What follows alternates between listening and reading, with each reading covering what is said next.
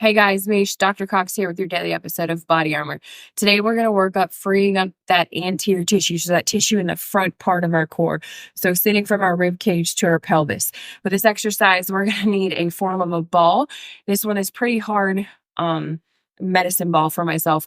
As you start to first start to this, you might want a little bit of a less intense ball, a little bit lighter, less pressure, but you still want something that's going to give you some pushback into that abdominal frame. So what we're gonna do is we're gonna take that ball, we're gonna lay it on the inside of our hip bone. That's where I start out. You can lay it wherever you would like inside of the hip bone.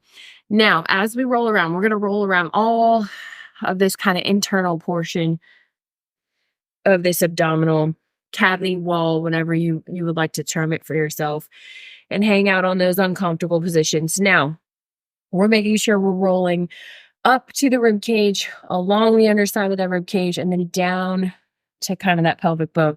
Ensure you're not rolling over top of anything that feels bony and hard. That is not our goal for this thing. And really important, just like I was able to do, take a deep breath, be able to breathe and relax into it. No breath holding. This is to relax tissues and structures in the abdominal area, not contract them and do the exact opposite. This is going to be good for lifters, my desk-bound people who are sitting in front of a desk at work, we're riding in our cars for a long period of times. Really, just anybody who gets into that front rounded position and just kind of frees up that abdominal area, that anterior or soft tissue, myofascial tension that we have. And then even for some of us with that gut irritation, it'll help to kind of relax out that internal organ process, because you are pushing down. Now, this is not a solution to gut problems, but you may find some relief from it rolling out into that abdominal cavity.